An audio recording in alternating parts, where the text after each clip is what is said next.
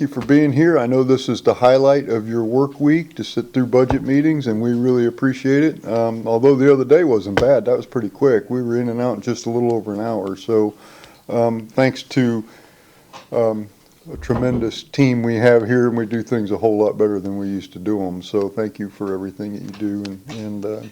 Okay, Council, you ready to turn it over, or anything you want to talk about first? You're all. Okay, Mr. Bahia. Right. Good morning, Mayor, members of City Council. Thank you for being here again. So today we are going to be talking about the capital and special revenue funds for the fiscal year 2025 budget. We have a lot of great projects on tap for next year, a lot of upgrades to our equipment. So I want to just start out by a quick preview of what we expect. So first of all, I wanted to emphasize that this capital budget meets the council priorities. Those are sort of the overriding goals for everything we do here at the city. This budget also improves our rolling stock significantly, as well as our facilities and our equipment. There is no reliance on the general fund for capital this year, so you will not see anything coming out of the general fund to support the acquisition of equipment or any kind of projects. We will instead be using significantly CIT. Every opportunity I get, I want to espouse the fact that CIT is incredibly important. You'll see that today. We have about $2 million in CIT usage in this budget. We also are going to be using unassigned fund balance significantly, as we've talked about for over the last several months. Unassigned fund balance is not meant to be used for recurring expenses like wages and benefits. That's actually not recommended at all in best accounting practices, but instead to be used for one-time expenses is perfectly reasonable. And in fact, in this community, I think that's been our motto and our stand, is that we don't want to be incurring significant amounts of debt. Not to say that we won't incur debt at some point, but at least this way we can minimize that debt exposure through the use of unassigned fund balance.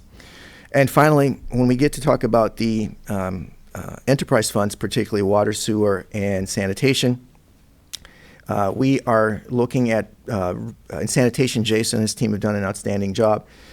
Last year, as you know, we had an 8.5% increase in the rate for sanitation. And when we looked at, we had a pro forma, and we said, okay, 8.5% last year, which originally we thought was going to be 10%, that increase. So we got down to 8.5%, and we foresaw that we would have 5% increases, and we were never really quite sure whether we were going to hit that 5%. I will tell you, with Jason's work and his team, in fact, we're pretty confident that 5% will be the target in terms of the rate increase for this year. So we're going to be in line with the pro forma. We anticipate that in water and sewer, we'll also be in line with that pro forma from last year, which contemplated a 5% increase as well.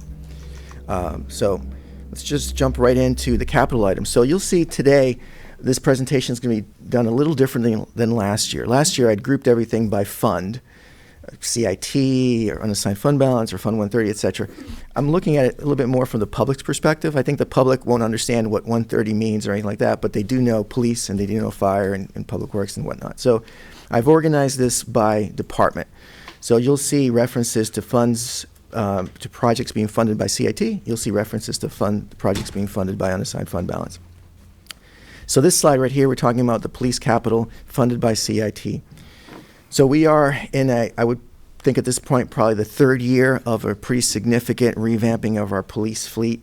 Our fleet, and you can attest to when you walk in, it's pretty old.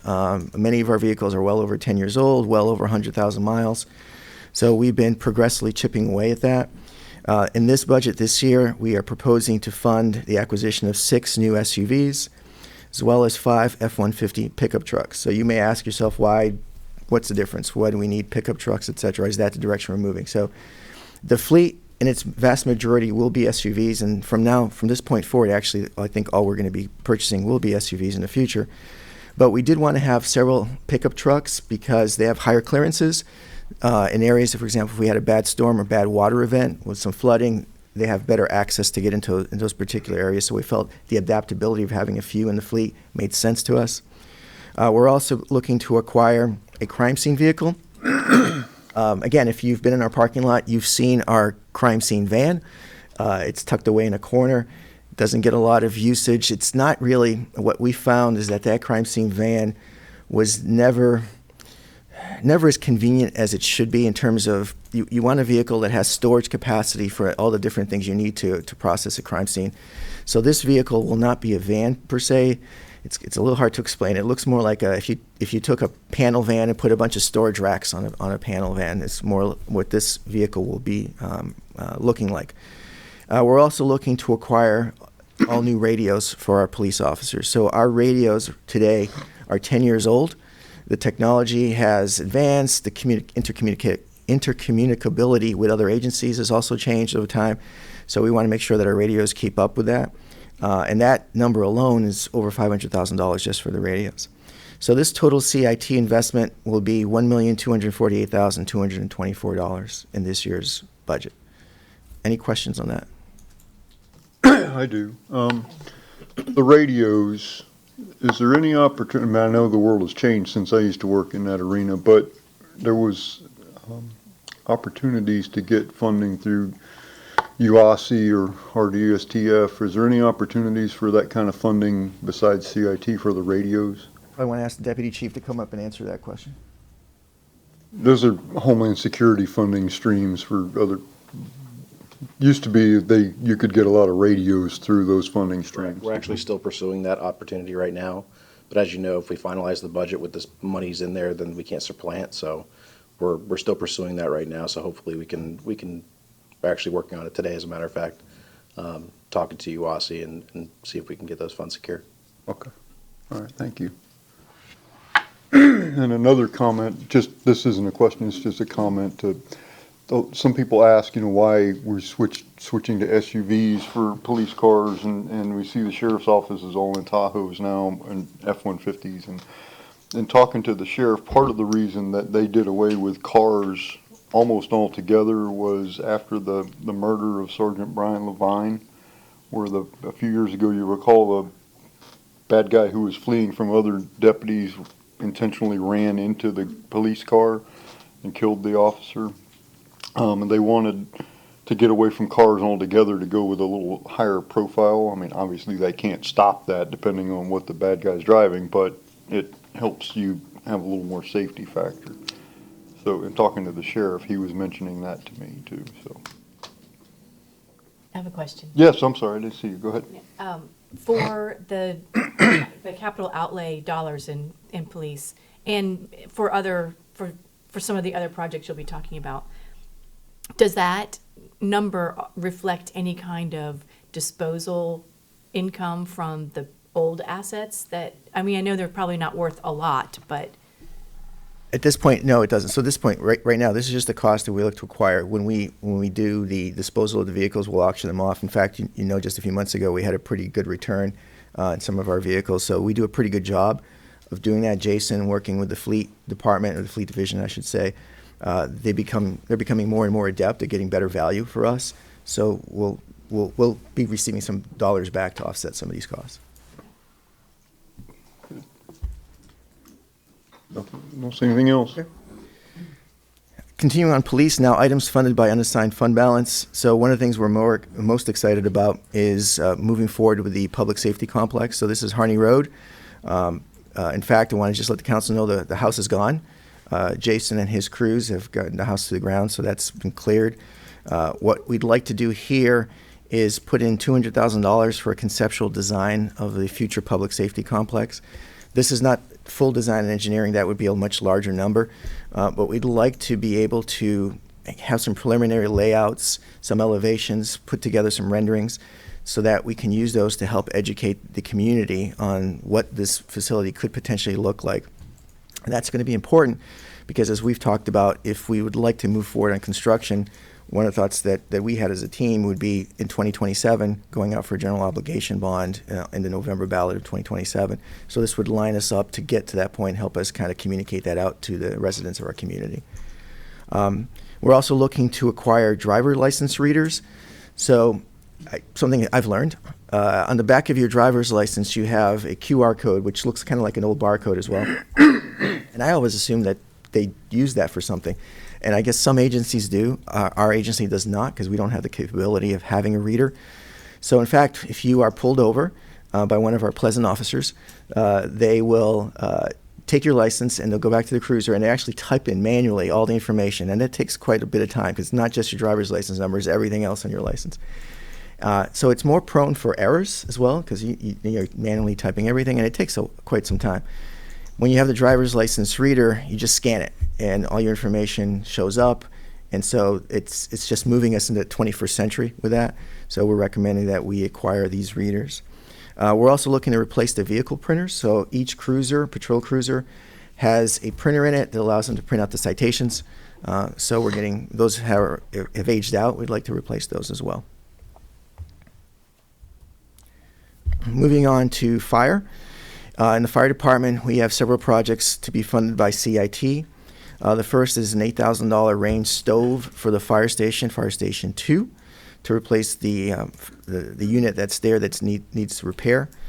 Fire Station 1, which I think all of you have been in Fire Station 1, so if you know the apparatus bay in Fire Station 1, there's actually a mezzanine area above that bay that they use for storage. And there is a staircase that was built by firefighters years ago, and it's worked perfectly fine.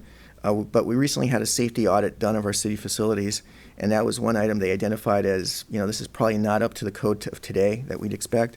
So we were looking to replace that staircase, and that's $9,500. Chief Kemp also approached me several months ago with a great idea in terms of our EOC functions. So today, at our existing EOC, when we get to a Category 3 storm or higher, we actually have to move pretty much everybody over to the backup EOC, which is at the Temple Terrace Elementary School.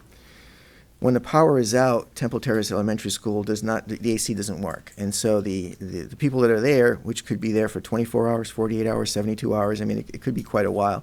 And assuming power has still not been restored, there is no AC, so it's just not a very comfortable situation, particularly when you're housing people in a confined space and people are sleeping on top of each other. So we have been in contact, the chief has, with the school district, and they've determined that the school district would allow a change to be done to their electrical panel that controls their EOC so that it could be tied into our portable generators. Because we do have a portable generator, we move over there every year. It helps obviously keep the lights on, and it could help keep the AC on, but we need to make a change on the school district's panel. So this would allow us basically to pay the school district to do that change. $9,000 is the high end of that number. That was just an estimate. They felt it could be done cheaper, but they just wanted to be on the conservative side of the cost. And finally, we have $20,000 programmed in for an EMS grant match. Chief Kemp and his team, they're prolific in securing grants. And so because of that, we'd like to just budget some dollars here so that when we get these grants in, we just have the dollars already ready to go to make the match. Any questions? So what do we do with the EOC, with the backup EOC now? We just hope that the power doesn't go out, because if it does, there's just no AC in there, is that? That is correct.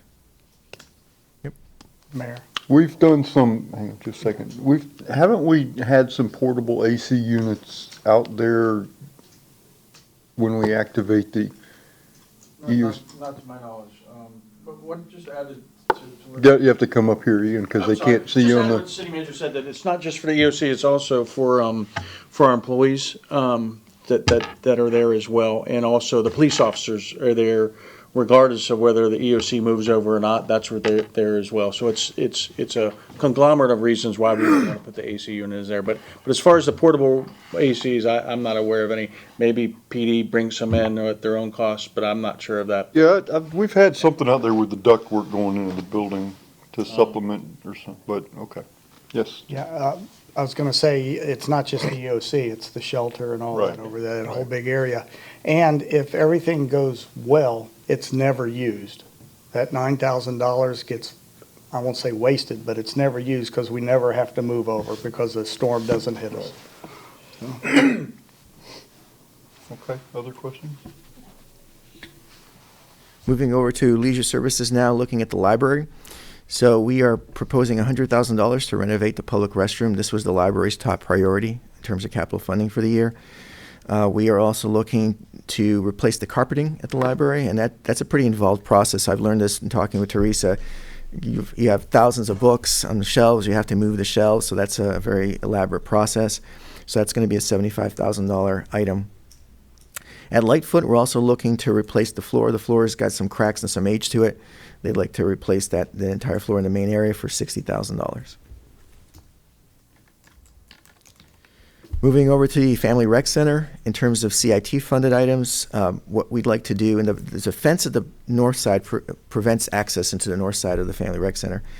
There's an existing gate, it's a manual gate. When we have buses coming in and out for camps, things like that, the bus drivers, everybody has to go out, just open the gate manually, pull it aside. When there's inclement weather, it becomes a little bit more of a challenge, so we'd like to put in an automatic gate there for $10,000.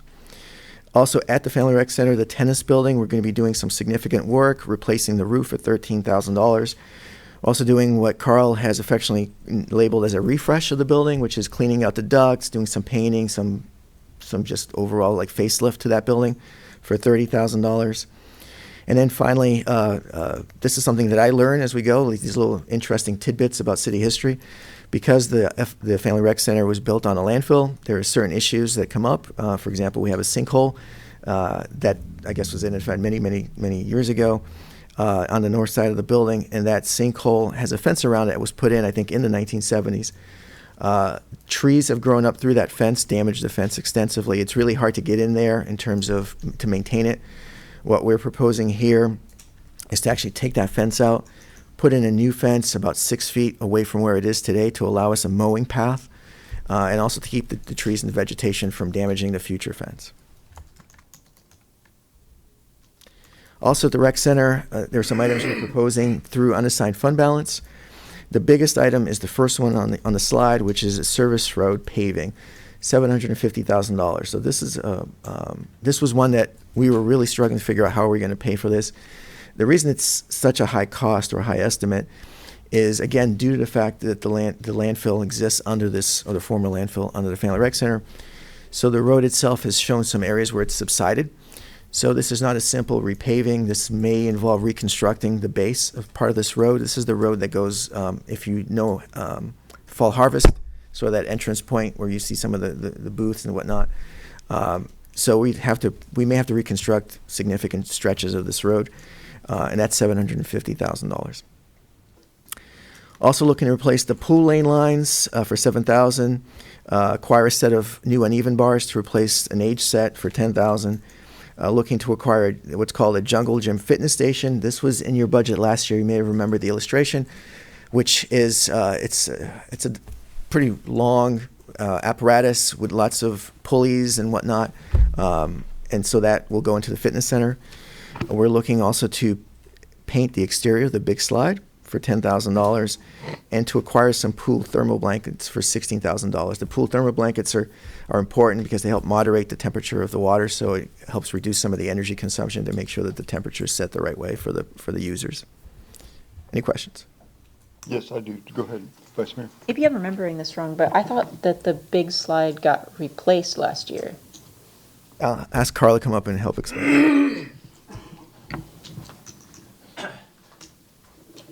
The big slide wasn't replaced. We did an extensive renovation of the big slide that included refurbishing the tower and all of the areas that have been affected by erosion from the water running down at all of the seams in it. But the budget dollars that we had in it last year didn't allow for us to do the exterior of the slide. It took care of all the structural errors. It took care of all the operational errors,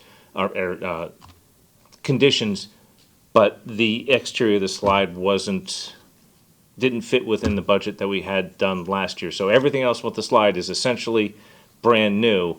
It's just the outside of the slide wasn't painted because we didn't have the budget dollars to cover that last year. Thank you.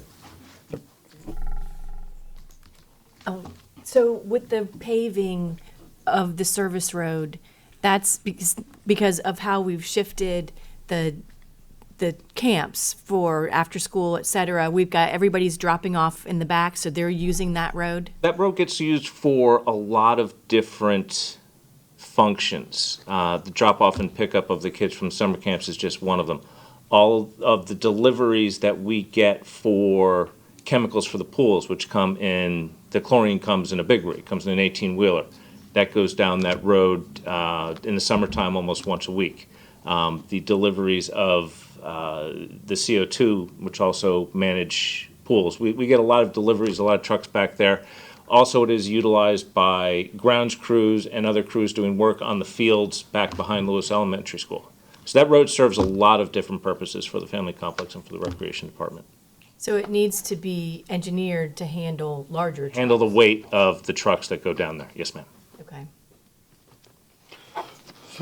Carl, on the gym, there was a piece of equipment that when I read the backup material, I was mistakenly reading that as like a gymnastics equipment. So this is a cable pulling machine? The Jungle Gym, yes, it's called a Jungle Gym crossover. It's the cable crossover machine that sits in the middle of the fitness center now. What the Jungle Gym equipment is and how it got that name, I'm not entirely sure. It is that piece of equipment with additional workstations built into the ends. So that was put in the budget last year? That was put in the budget Cut last it. year and cut out due to budgetary constraints. So that will displace, because I mean, fitness center's kind of full, so that's going to displace, so that some of the current equipment will have to be removed. Will removed and will be replaced by what that is. So that cable crossover that's in the fitness center now will go away and will be replaced by this one, which then has the ancillary equipment on the ends. Okay, and a follow-up related question to that is, do we have we have a CIP, like a 5-year capital plan, but do you have like an internal plan for the fitness center to say, okay, every year we're gonna, next year these 2 pieces of equipment will be replaced, or the following year, do we? It is much more detailed with regards to the cardio equipment because that has a much higher failure and turnover rate than the weight equipment does. Weight equipment, but by nature, is a lot more durable and long-lasting than the cardio equipment. So yes, we do have a long-range plan with regards to the weight equipment, but that plan gets a lot more detailed and a lot shorter in term with the cardio equipment that's upstairs. Okay, thank you. And anything else? Okay. Thank you very much. As for the rest of the park inventory, we're looking to do some improvements over at the Ridgedale Ball Fields. The concession roof is significantly degraded. There's pretty bad leaks there, so we're looking to replace that roof for $30,000. At River Hills Park, the playground fall zone is showing some age. We'd like to replace that. That's the soft surface around the playground. Replace that for $25,000. At Overlook Park, this is one of the pocket parks that really hasn't been significantly utilized in the past, but now with some of that development that's happening in that neighborhood, we're probably going to see more families moving in. So looking to replace that equipment for $85,000. And in Woodmont Park, the suggestion was to increase some of the lighting to make it a safer environment for users of the park, and that's $13,000. I have a question about that. I do too. Well, you go first. So my question has to do with lighting, increasing the lighting. There are houses that abut the park. How will we make sure that they're not impacted? The lighting won't be what we're looking at doing is putting in lighting that will be a permanent replacement for the things that we put in there seasonally that we have for Winter Wonderland or Ardent Blanc. So it's not something that's going to be on 24 hours all night. It is something that is going to enhance the Woodmont Clubhouse Association's rental opportunities when they can offer this as, now you can have your wedding outside in the evening time under the lights that we have in the park. It's not a 24-hour type of scenario that's going to impact the neighbors. Carl, the concession stand roof, isn't that whole complex on property that we lease from the Diocese of St. Petersburg? The yes and no. Ridgedale is split in half. Half of that property comes from the Diocese of St. Petersburg. The other half of that property comes from Hillsborough County School Board. The concession is on the school board side of that line. So, Okay. yes, it's not city property, but under an agreement that we have with the school board, we operate, we maintain, we make Okay, improvements. so that facility, that field, that's gonna be there, that's gonna stay? Yes, there have been conversations with the diocese about their plans moving forward. Right. Those plans won't affect that side where the. That's what I wanted to know. Okay, good. Thank you. I do have. Oh, yes. And it's about that concession stand. So I know that it's a fairly old building. And the roof is, I mean, the building itself is pretty decrepit. Is this roof repair going to be everything this building needs to stay functional for the next, let's say, 10 years or however long the roof lasts? Or is this building really going to need to be replaced at some point? The building itself is not it's old. It's a block building, it's old, it's solid, but it's functional. The electric works, the plumbing works. There's no significant functional issues inside of the building with regards to its operation as a concession stand for the leagues and as bathroom facilities for the leagues. The roof right now has holes in it. It needs to be replaced. But the building itself can continue to operate and serve its needs to the Little League for years to come. Okay, I just wanted to make sure we weren't going to invest No, in the we're- roof and then. Right, and the rest of the building's falling apart underneath it. No, the building itself is in good shape. It's just that roof is. Okay, that's it. Does it need, I mean, I haven't really paid much attention to it. I mean, does it need like a renovation, like a painting? I mean, does it need, we're trying to beautify all of our city facilities, but I haven't really thought about the Little League building. I mean, that hasn't been something that we've really talked about. I don't know what does it need something? An exterior paint job always makes a building look nicer, and it's probably something I can look at Tony, and we could probably do that in-house. It's not that big of a building, and to make it look a little bit nicer by putting some paint on the exterior would probably go a long way. Okay. Thank you very much.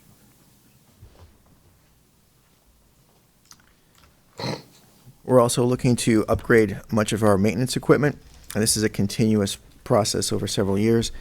In Public Works, we're proposing to acquire 2 riding mowers for $30,000, so $15,000 each. Now, you'll see a difference. There's riding mowers and leisure services in a little bit, and their riding mowers are slightly less expensive. And the reason for that is largely because the Public Works riding mowers are the ones you see in the roadways. They're going through the jumping curbs, they're going to the ditches and things like that, so a little bit more robust, particularly in the wheelbase and the actual wheels themselves. We're also looking to acquire an incline mower for $18,000. So we do not have an incline mower today. Historically in this city, we have retention ponds throughout the city in different neighborhoods that we have an obligation to maintain. What we've done traditionally here is hire out for that. So we'd have a contractor doing it. When Jason came on board and took over, and particularly and brought in streets and had grounds, he's looked at everything holistically, and he basically has determined that it makes more sense for our city resources to do this, because we were paying nearly $30,000 a year for contractors to do it. We can do it with our in-house staff. The acquisition of an incline mower would help us because it's a safety concern. You can imagine the steep grades on some of these ponds. The incline mower has a wider wheelbase, so the center of gravity is more diffuse, so it's again prevents it from tipping over. So we think it's a good investment and is more efficient and cost-effective than the way we used to do it. We're also looking to replace one of the grounds pickup trucks. This is a heavy-duty pickup truck to pull the trailer with the equipment from site to site. In leisure services, as I just mentioned a moment ago, we're looking to acquire 2 riding mowers as well, and for $23,000. Any questions? Nope. We're also looking to continue facility upgrades. Again, our plan is to make sure that all our buildings look, as if they reflect the notion of we are an amazing city, so we want to have facilities that reflect that. In City Hall, as council is aware, this past year we were focused on the second floor. In fact, we had to come back to council to add some more dollars to that budget because of the flooring, the costs of flooring. And we're still in the process of working through that. To be honest, we just had the bid results come in, and they far exceeded what we are comfortable paying. So we're reconfiguring that plan. We'd like to continue next year with upgrades. One of the areas I'd like to focus on next year would be on the first floor. The utility billings office is basically isolated, and our whole first floor in City Hall, the way it's configured, it's very cramped. I think everybody will acknowledge that when you come in. What we're contemplating doing with some of these dollars would be to take out the wall that separates utility billing from the hallway, to open it up, in essence create more of an open lobby area there, I think it accomplishes two things. I think it's much more welcoming for customers walking in, and also it provides direct interface with the employees. So they're part of the whole City Hall sort of environment. They can also serve as ambassadors for people to direct people here and there. So we think it's a positive upgrade for the facility. We're also looking to install for $165,000 storm shutters on the Public Works building. Public Works building is not technically hardened, but of course during the storm, prior to the storm, during the storm, and after the storm, it's very busy. I mean, there's lots of people coming in and out in activity, trucks getting ready to go take out debris and whatnot. So we feel it's critical to make sure that that building is as safeguarded as possible, and that this investment would allow us to do that. We're also looking to make some technology upgrades funded by unassigned fund balance. So the city phone system, our phone system is about 10 years old. Phone systems have really come a long way for in terms of commercial applications. Today, a lot of the phone systems we're looking at, they actually will come with an application, for example. So your phone system will tie into like a Zoom platform, and you can basically have minutes taken of your Zoom meetings. It'll actually summarize your Zoom meetings, keep it all in one location. You can also text from landlines, which today we can't do. So that there's a lot of folks in the community that basically that's the number one means of communicating with them is through text. And so it would be easier to use a landline number. You can allocate different numbers when you reach out to people. So depending on, you can say, well, we're calling from this cell number, or we're calling from this office line number. So there's a lot of flexibility with new phone systems that we don't have with our current phone system. In addition, the system is in relative terms to technology, is so old that it's harder and harder for us to support it and get parts and equipment upgrades and things like that. So we're looking to acquire the new system to move us forward technologically. Also in IT, we are seeking to acquire for $19,000 a backup storage device. So every evening we back up our servers. That backup device we currently use is nearing capacity, so we'd like to acquire another one that's going to be bigger and allow us to grow the organization. And we're also looking to acquire, I don't even know how to pronounce this, but I'm going to say a Vizart TriCaster. The simple way of explaining this is this was a council priority. I believe it was Councilmember Fernandez last year that had mentioned, wouldn't it be great when we do meetings in Lightfoot for it to be kind of similar to how the production value is here at the council chambers?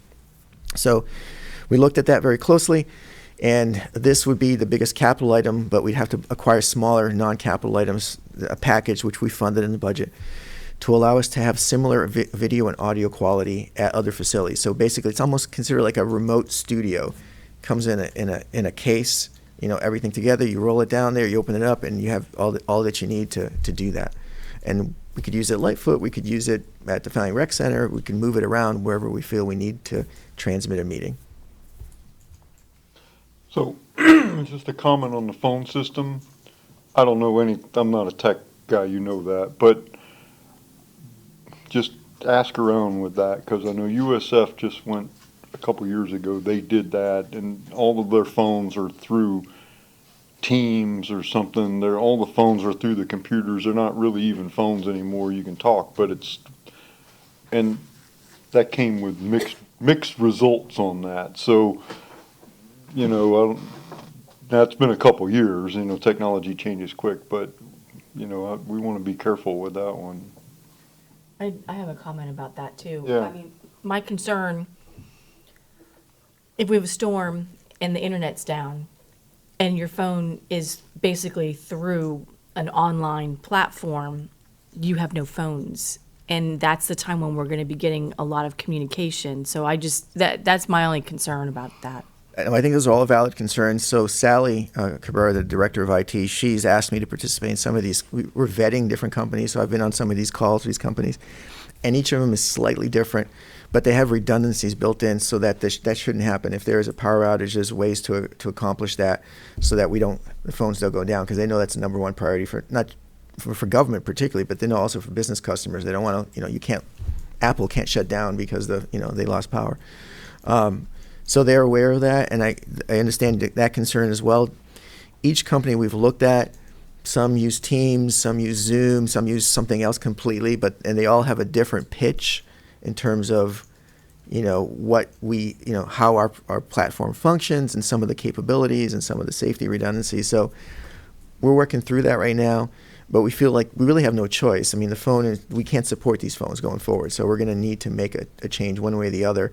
Or it's the old-fashioned part of me would love to go back to the simple phones, just the buttons, like the red lights blinking, you're on hold. But that's not reality. We're going to have to go in the 21st century direction. So,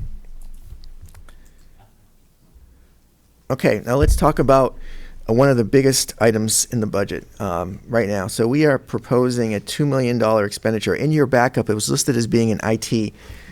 That's just a placeholder location for it. It's really more of a finance department acquisition, but IT will be critically involved because this will touch every aspect of our organization. So the Enterprise Resource Planning System, or ERP, we have talked about this for the last couple of years. This is the financial backbone of the city. I've included this slide here. GovSense is a vendor. Disregard that. I just thought their slide was really great in terms of educating the public as to what an ERP system does for a local government. So you see all the functionality that it touches. Because it's so comprehensive, it's a large expenditure, it's a large investment, it's also a large investment of time.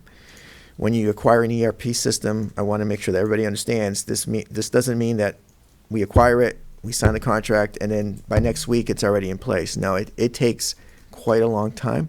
You have to convert over your legacy data, and that is a very cumbersome process. You also have to map out how you want the new system to function. So this will take several years to implement fully, and there's different modules. They go through this process as well. But everything is going to touch this. So all our acquisitions of property, not property, excuse me, just acquisitions of anything, equipment, services, etc., payroll, HR eventually, everything will be through this system. The current system we have is horribly antiquated. Support for it is not great at all.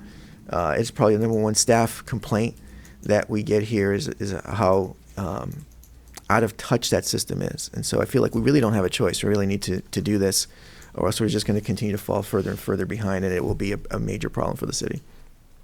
So again, this is funded from unassigned fund balance, which again I think makes sense.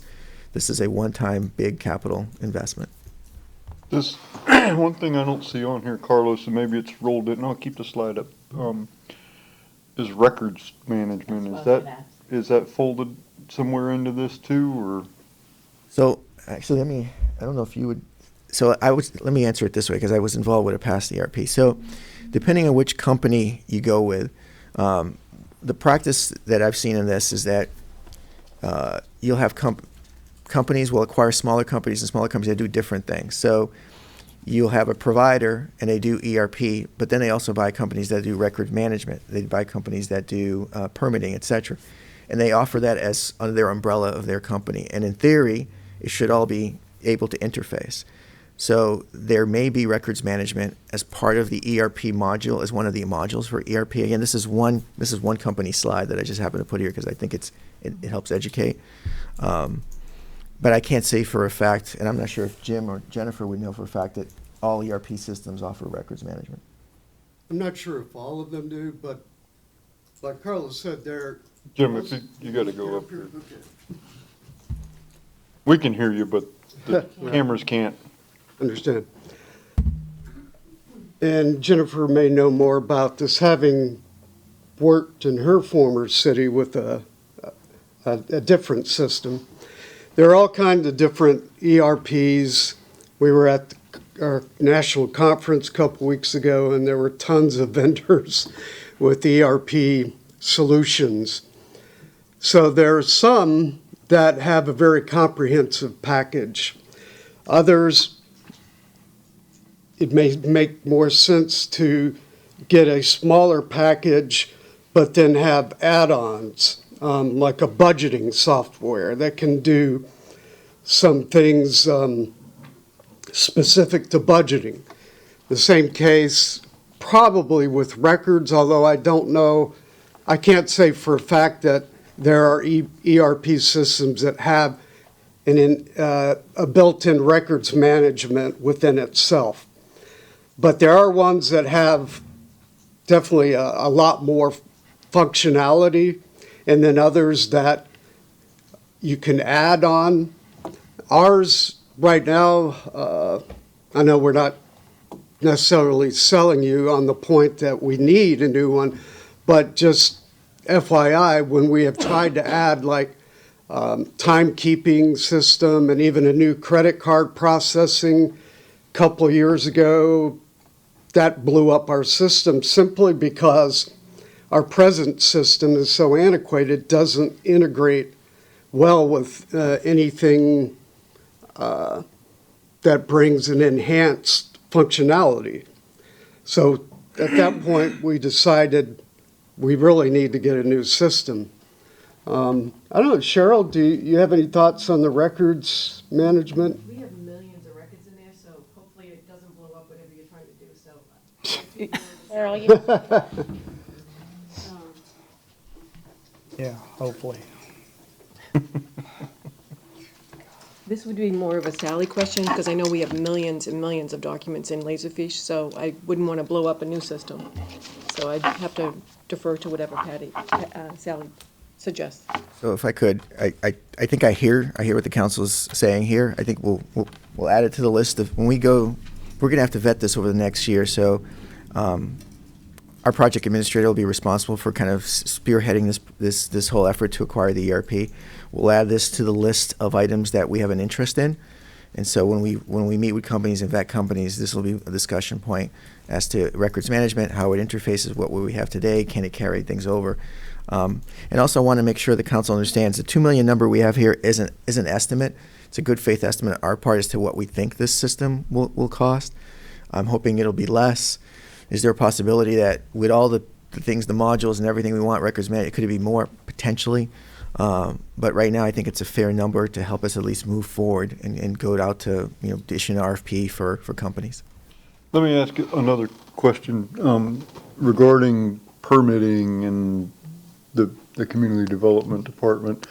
One of the things that we've talked about for years, and I continue to hear from the contractors, the building community, is, and when I hear from them, I take everything kind of with a grain of salt because they always, anyway, but we've been looking for ways to enhance our system there for permitting and to allow people to submit their plans electronically, and we're trying to prevent people from having to come here for things that if they're doing the same thing in Hillsborough County or Tampa, they don't have to go there, but in Temple Terrace, they have to come here. And so we need to try to figure that out. That was something that we were hoping to fix sooner than later. Is there a short-term fix to get where we need to get with permitting until this comes online?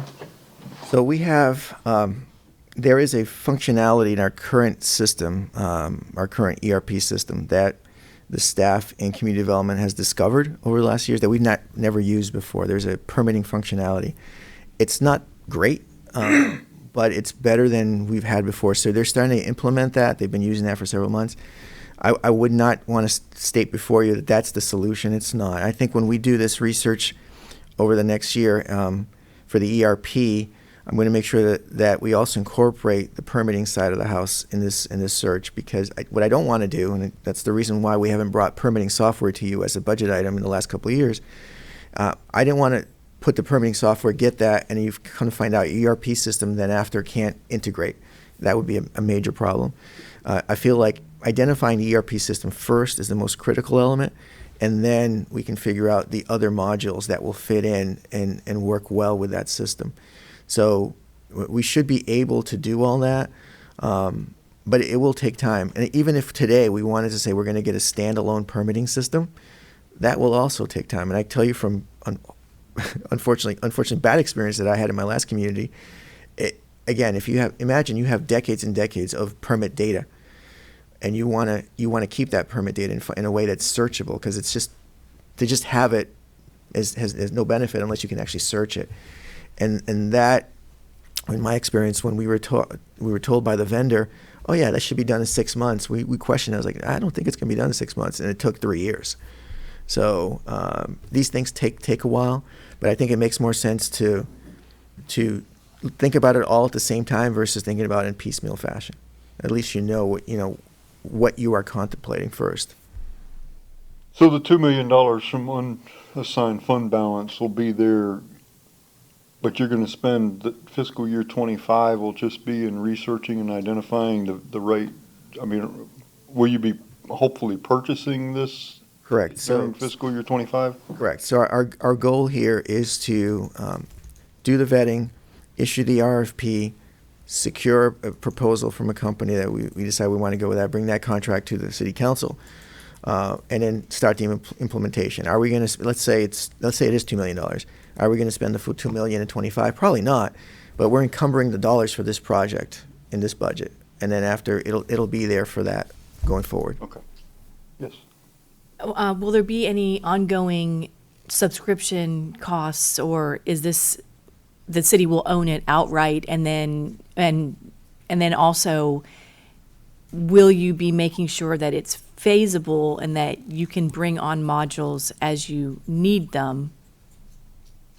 Yes, I would almost without a doubt say there will be ongoing operating costs. They typically have a licensing cost or a subscription cost each year going forward, and every company does it differently. Some of them have a bigger upfront implementation cost and less of an ongoing licensing. Others do it differently, very low implementation, but it's a bigger number going forward. So we're going to have to contemplate that as we go through the vetting process.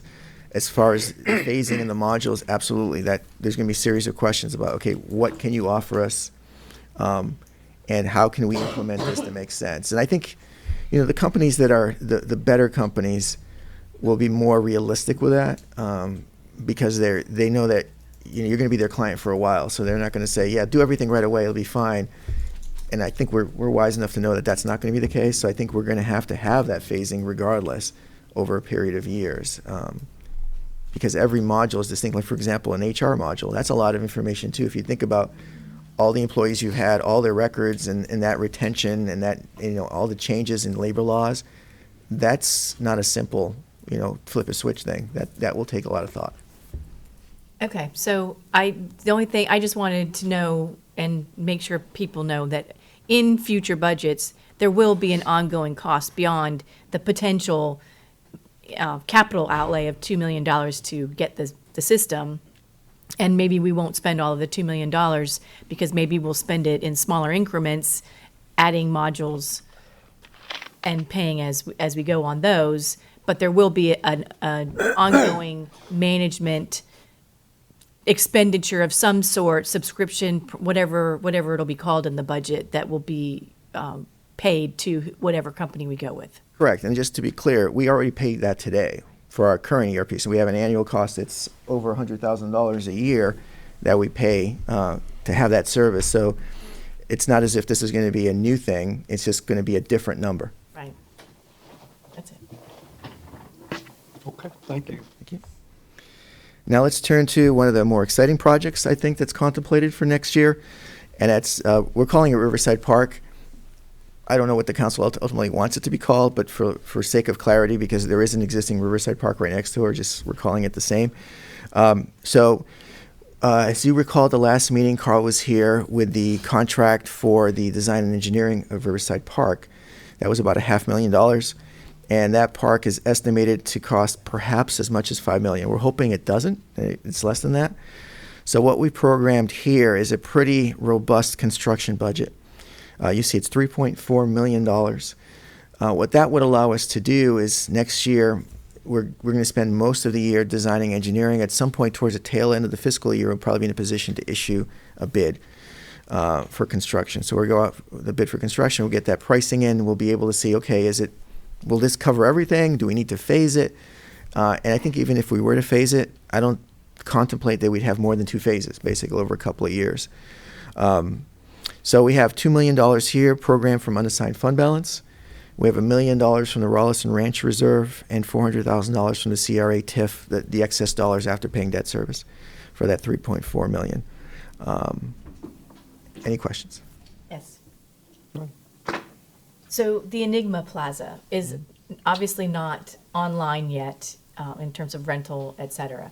So what type of, they are though paying property taxes, but are they paying property taxes on unimproved property, or are they paying based on the building that was there prior to any construction beginning? Well, I'm gonna give you my answer. I'm not sure if this is the property appraiser's answer, but I think they're probably taxing them based on the progression of where they are in terms of their project. They're not being taxed at full value because they're not even done. They don't have a CO. They don't have any tenants.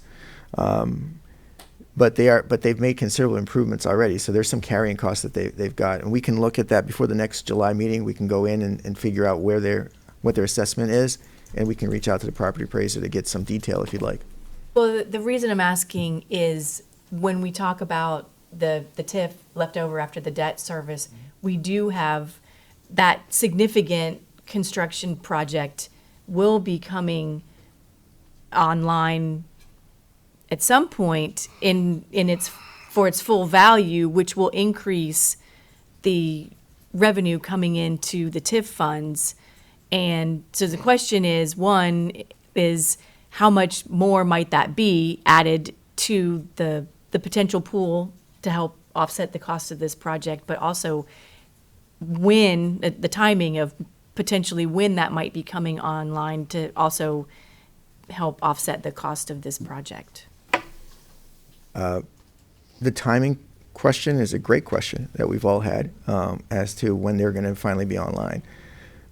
I don't know if anybody is going to be able to answer that one. I think we can probably project the value by looking at a comparable commercial building somewhere in the proximity of that one and getting us an understanding of how much we think the ultimate value could be. So we can look at that. You're absolutely correct, though. The fundamental thing is that when they're open, when they're finally CO'd and open, yes, they're going to add more value into the TIF than they are today, for sure. Okay. Okay. Okay. Can I just add, so the $400,000, that is simply based on what we do know for this upcoming fiscal year, that we will have at least $400,000 going back into reserve. We do have the preliminary property values on the CRA area. In fact, we should have all of our confirmed values by July 1st. I know I talked to the property appraiser office this week, and they're working on finalizing those numbers. But they shouldn't change much from what they already gave us that we've used to plug in for the preliminary budget. So related to this, Mr. B, one of the things I think we should do, and you and I have discussed this, I don't know that council's had a chance to yet, but now that we're committing to this park and this pedestrian walkway and some of the things that we've done over the past year or so to kind of envision what we're trying to do, we've learned, you and I, from the development community that one of the things that we should probably do is to develop like a vision document. I don't remember exactly what they called it, but that's probably a good term, is a vision document outlining, here's some concepts for the park that we're committed to building, and here's the pedestrian walkway we've procured, that we did that study. We have some stuff now that we didn't have a year or so ago. And to kind of build a packet, I don't think it would even have to be that long, really, just kind of with some of the stuff that we already have, to build a document that kind of puts forth, or anybody could look at it and say, oh, now I see what they're trying to build down here and what this is going to look like, and To sell the area. to sell that remaining lot that we own that's in the center of it, to kind of say, they can look at it and say, ooh, I can see what this is going to look like in 3 or 4 years. I want to get in on that, particularly with the Mosey property that's going to be developed, the Claw that's going to be developed, The stadium. the stadium. There's not a lot of room left in this region right now, and I think that visioning document, it's probably something we could create in-house. I don't, We could. You know, I think we have enough data now. We have the study that the consulting firm did for the CRA. We also obviously have the new consultant now doing preliminary work there, so we can cull some of that information. And to your point, Mr. Mayor, we've had conversations over the last several months, Greg Pauly and myself, with a party that's interested in that lot, the closest lot there that's still for sale on the corner. And that's been one of the selling points. We've made a point of saying that, hey, by the way, here's what we've got. And it's one of the reasons why they're still looking at that lot. Now, whether they pull the trigger, I don't know, but they like the location and they like the fact that this park is going to be right nearby. In fact, it complements their business plan.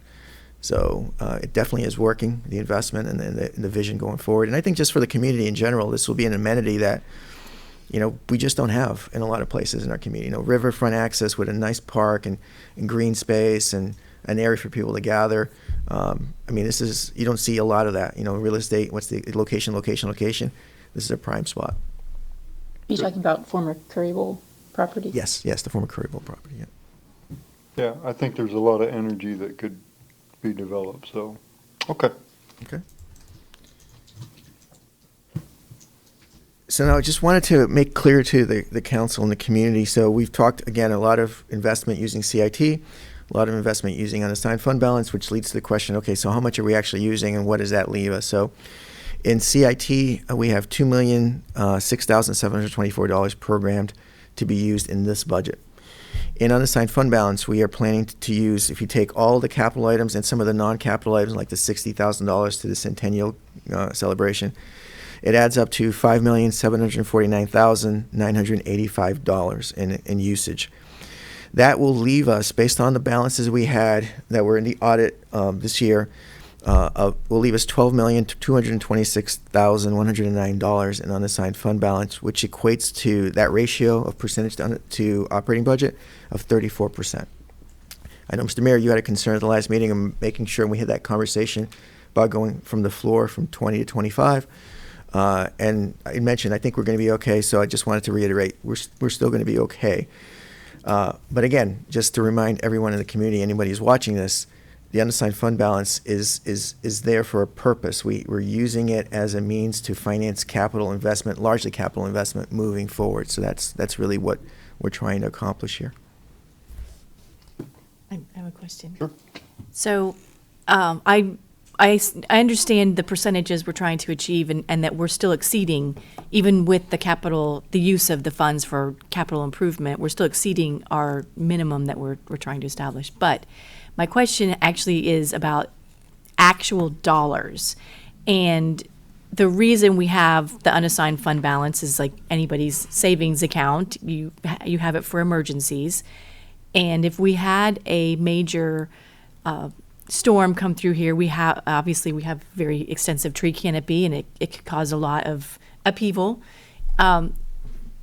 Even though we've got the 34% going into this fiscal year, is 12 million a good number cost-wise if we were faced with some emergencies and had to fund cleanup, tree removal, things after a disaster while we were waiting for reimbursement from insurance or maybe another governmental entity or something, like just the pure cost of doing that work? I think that's a good question. Let me ask our finance director, Jim Ingram, because I'd like to know what we've spent, maybe what was our last major expenditure, what it totaled in terms of. And keep in mind, we haven't had any debilitating storms. Right. That's true. I think if you look back, Ian in 2022 was a much bigger hit than Idalia last year. Ian, I think it was over $1 million, but not much more over $1 million. That includes staff time and actual cost of cleaning up, of rental equipment and food, all of that. It was over $1 million. So we haven't done an analysis like what if a Category 5 storm hits us. That might be something we could do, or maybe ask FEMA if they could give us some recommendations, guidelines on, how much would we need potentially. It's a hard question, obviously, to answer not knowing. And all that's, and so what 12 I'm, million is pretty, for a city of our size, is pretty robust, I could tell you that. okay, because that's really my only concern, is that I don't want us to be comfortable just because of the percentage if, because of inflation and the cost of cleanup or the cost of getting the city back to normal is actually a higher dollar amount. If you were to take the 1 million in today's dollars, maybe it would be 3 million. But if we were to have a catastrophic storm, I just want to make sure that we know that people in the public know that we've looked at this and that 12 million is a very comfortable number that if something were to happen, we are covered with that cost. Like, make a comment on that, and so that's a very good point. But having talked to a lot of different mayors, particularly after some of the bad storms in the recent years, and talking to some of the mayors that were affected by that, your point is very good. You want to make sure we have enough money for, trees to clear the streets and all that. But the reality is that we need to have a good reserve amount, but no city has enough cash on hand to get hit by a Cat 5 storm. Right. They just don't have, nobody has that. Even the wealthy, Naples doesn't have that. That's the reason that the state steps in and helps, and then the feds step in. Now, all that takes time, but you can't save enough money up to get a ground scraper storm. You just can't. Which I'm not suggesting that we should be establishing a reserve based on that. I'm thinking more about what we would realistically A reasonable need, yeah. to get us through so that we can function. That's all. I just don't want us to say, oh, 34% is great, but then when you look at it in real dollars, Right. Maybe 34% of someone's budget's $500,000, and then that's not going to be enough to cover the realistic costs that you're going to need. And that's all. I just want to make sure that we are adequate percentage and dollars. Sure. Yeah, Good question. and just keep in mind too, this is a percentage of the total general fund operating budget, so a percentage of the $38 million roughly. So, and the operating budgets, I love to say the operating budgets would get less and less, but they don't go that direction. They go the other way. So this percentage the numbers will continue to increase even if the percentage stay the same. And I think like the mayor was saying, I think one of the scenarios Category 5 hopefully would never have that. I think one of the scenarios we could have would be multiple storms in a season, where you can have 2 or 3, and now, your $1 million is now $2 or $3 million that you've expended in a given year. The FEMA is good about reimbursing us as long as we follow all their protocols and make sure that everybody's got the right training, we check all the boxes. So we will ultimately be reimbursed. It does take a long time for that reimbursement to come. Now, I would imagine, I would hope that if it were a Category 5 storm, that they would speed that process up so that, some of those, we wouldn't even have if we get hit with a Category 5, we may not even have the resources ourselves, like our equipment, to go out and do any of this stuff. We might be wiped out, may need to have equipment from other communities come in, or from the state or National Guard or whatever it is. There's a lot of different variables. I would just think that right now where we are, I think this is a good number. I don't have any concern about this number in terms of that scenario. I just want to remind everybody, the unassigned is for that scenario, but it's also the way we do it here. It's our way of helping to fund other projects in the future. Okay. That's it. Good. Okay. And the last thing I would like to talk about is a couple of things here. So, street paving. And I hope this is not any one of your streets. I just found a street online. Street paving, we had budgeted historically about $750,000 a year for street paving. And that was working reasonably well, gets a certain amount of miles every year. The street paving costs have in essence doubled. So we've looked at our street improvement fund, which is a pretty healthy balance of, I think it's $6.8 million. And there's some restrictions in our street improvement fund because some revenues are from gas tax and some revenues are from impact fees, so we just have to be careful. But we felt comfortable increasing the budget to $1.5 million this year, and that may be the budget going forward, but at least for 25. Because if we keep it at 750, what would normally have been let's say a 30-year cycle to replace streets, like you'd pave a street today, you come back in 30 years, it may end up being like a 60-year cycle if we don't up this number. So that's what we're looking to do in the budget. Will allow us to do a little bit more street length in the community in any given year.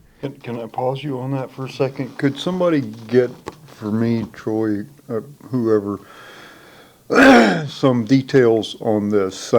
Because I have to speak on this a lot, about how many miles of city street we have, what this is funding per mile, and what's our expected repaving cycle in terms of years? Does that bring us to 27 years, 28 years, 30 years, whatever that is? I just need like a one-pager. I guess you share it with the council too. It's not just for me, but I have to talk about this a lot at different transportation meetings I'm in, and so I'd like to have that kind of a one-page bullet point. Yeah, we can do that. Thank you. And the final item here is, as I mentioned at the outset, so our sanitation and water sewer fund increases. Again, are projected to be within pro forma expectations. Typically, in the past, we would have a much more robust discussion about that here today. I apologize, we are not quite where I want us to be in terms of all the detail for a 5-year pro forma. I think we have a comfortable handle on next year, but I'm working with staff to make sure that we have a clear understanding of the capital needs in our utility funds moving forward and how that impacts the reserve number. Remember, they have to maintain a 25% reserve. So we're looking at all of that. We just didn't have it ready in time for today. We fully expect to have all of that ready for the July workshops, and we'll probably give you some information before then as well, either through email and whatnot. You know what, that may have all worked out for the best anyway, because I know Councilmember Schisler always has a great interest in these and would probably have a lot of questions and want a lot of detail that maybe the rest of us wouldn't. So it may have worked out better that you weren't ready anyway, so. And I was mentioning, as I mentioned in the email I sent to council yesterday, I think next year, if the council's amenable, we may want to stretch out these first budget workshops, have the general fund 1 week and maybe the capital a week later. The 2-day turnaround was pretty tough for the staff to really, put things together in time. And so I feel like, unless council has an objection, maybe that's what we'd like to move forward doing in the future. No, yeah, go ahead. That also gives us more time to preview all of the stuff before the meeting, so I do like that idea personally. I have a general question about the water and sewer funds. Sure. So, City of Tampa treats our wastewater, and Hillsborough County we pay the tipping fee for disposal for the solid waste. What's the timing traditionally of receiving, because they have traditionally increased what they charge the city, those two governmental jurisdictions have increased what they charge the city pretty much every year, and some of it's been very substantial. So we're looking at setting our budget now. When do we usually receive notification that they are increasing their rates? On the wastewater, City of Tampa, they actually have a schedule going out for, Troy, but 10 years at least? It was a total of 20, so I think we're 5 years. Yeah, a total of 20 years is going to be 3%, a little over 3% for us every year. That's set. So we know that going into the budget year. The county, at least as of last year, they didn't have a long-term schedule, but do you know, Jason, when because I think we're basing it on an 8% increase for this year. Do you want to come up and speak to that? Which is better than the 15% they hit us with 2 years in a row previously. So the solid waste is a moving target for all of the functions. The county disposal for the municipal waste is an 8%, and that was figured in the budget totals. The other disposal fees are random. We experienced one in January of an 8% increase that we weren't expecting, which we had to negotiate back to 5%. The other fees, again, they're random. Metro Recycling in Tampa, who we haul to significantly, we've limited our hauling there, and we found another vendor to haul to because we're trying to match the budget and keep within our parameters. So the county fee is not scheduled long-term, but we know what that is. The other fees are not, so. Okay, so then with regard to the schedule and the potential, we're not, at least as far as the county goes and the city of Tampa, we are going to know those rates going into the budget process. And the city of Tampa, do they ever deviate from that schedule? Okay, so, because I just want to make sure, in the past, we had to have a really big rate increase to cover, because we went a long time with no rate increases, and then our fees got increased so much, and I just want to make sure that as we're setting the budget, we're not going to be at a disadvantage finding out later after we've put certain expectations in that our expenses are going to exceed what we're anticipating. Correct. And so what we've tried to do is get away from the notion of saying, okay, we're just going to ignore this and not do anything, and then eventually get hit with a major rate increase. I think what the council's done wisely over the last couple of years is say, we understand what the rate should be, and we're going to parse this out in smaller increments, but try and keep up as best we can where we can. Now, if we get hit with a major increase like the county over the last several years, we had to adjust on the fly. So that's why the year prior and last year, we had significant increases. We don't want to return to that, and I don't think we run the risk of returning to that.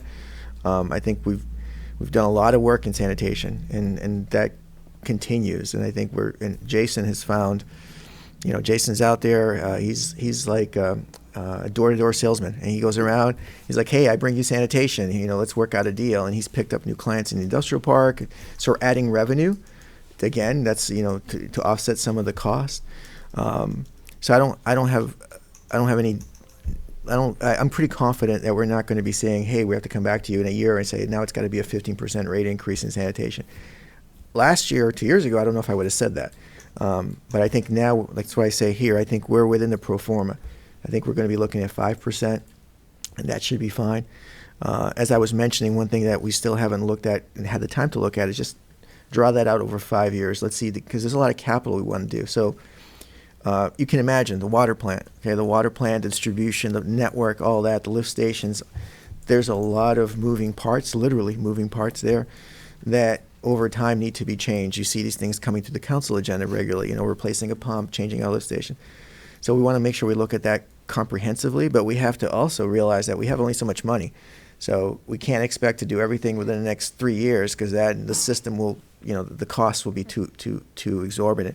So we may need to move things out strategically over a 5 to 10 year cycle, but there will be costs for sure.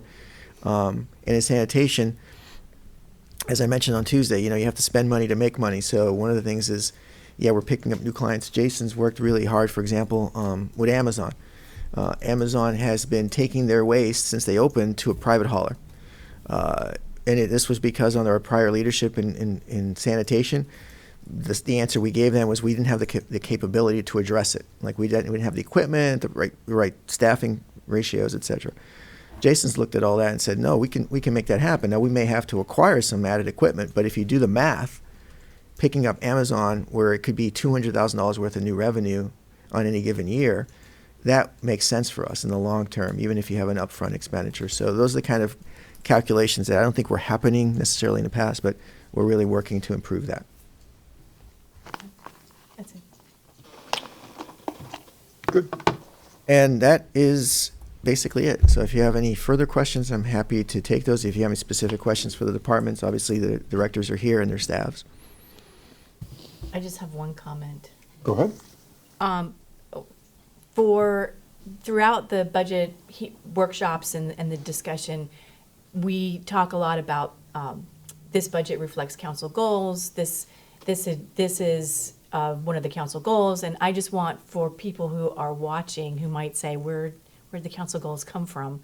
is from the council sitting down in a goal-setting session and talking about the things that, based on our observations and conversations with staff and the public, think that are important things for the city to look at. So that's where the council goals come from, so. Well, that, and we did a strategic planning process with USF.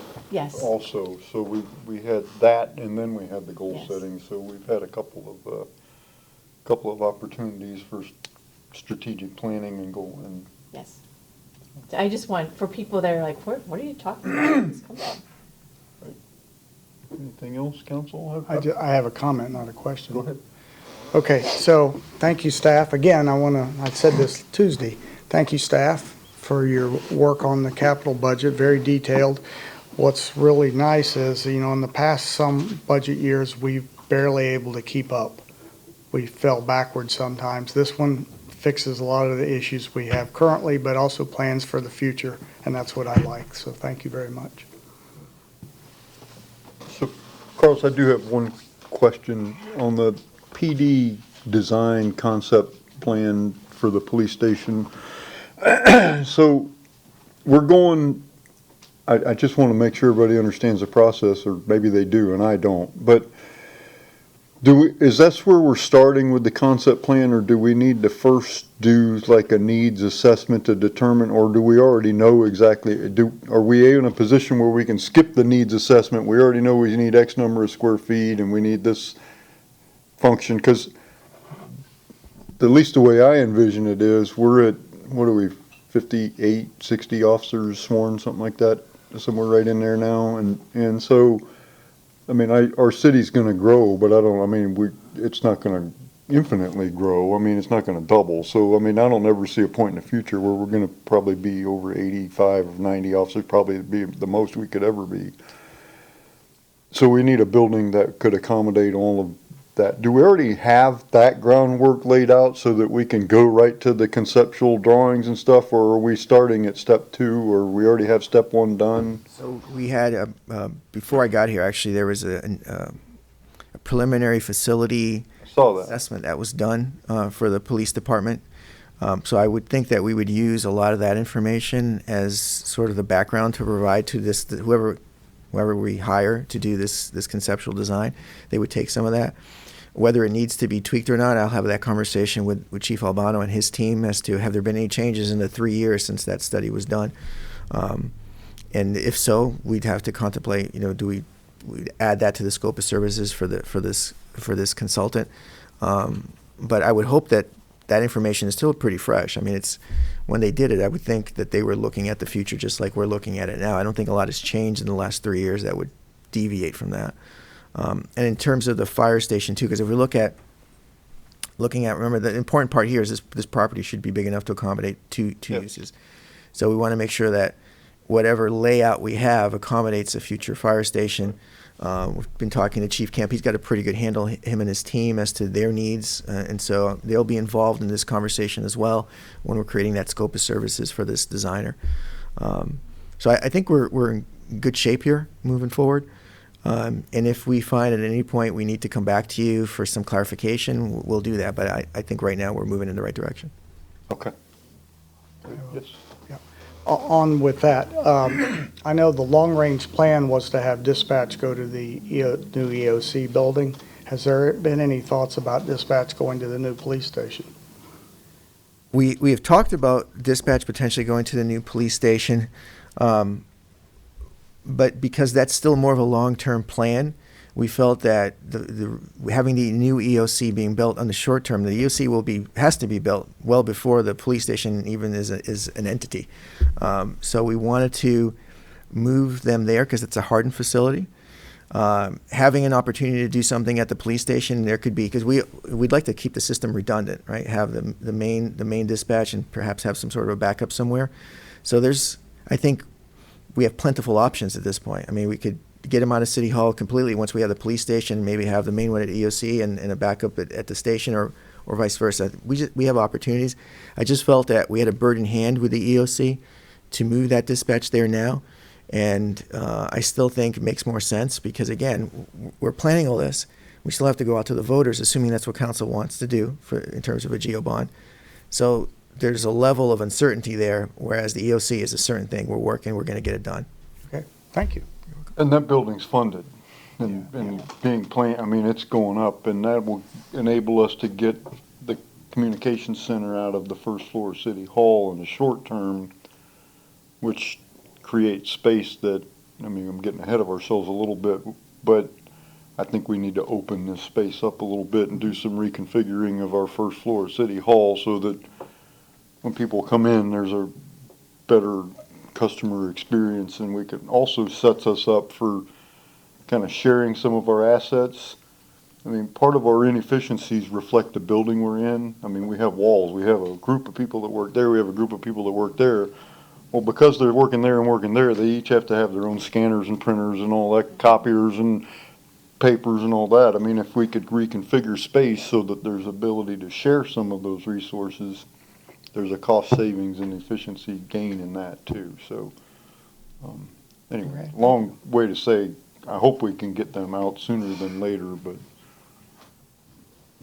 it's better for them too. I mean, it's, you know, they're, Well, they need to be in a hardened facility. well, nobody has a 911 center inside a glass window. I mean, that's not how that's typically done, so. Okay, anything else, council?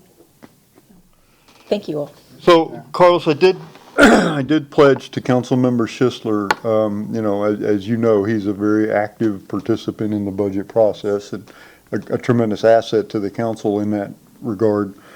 So I did pledge to him that if he has any questions or objections, not questions, if he had questions, he can ask you and get the answers. But if he has objections to anything we've done here today, that we would circle back on whatever he objects to and have another discussion about it. So I just want to put that, I mean, I don't think that's likely to happen because there's no surprises. I mean, we've all known for some time what we were going to hear today. But if he does have any objections that he can't resolve with you individually, we'll reschedule a discussion about that. We're not going to pass a budget until all five of us are comfortable. So. Certainly, and we'll share a PDF of this presentation. We'll send it directly to him, so he'll have that as well. Yeah.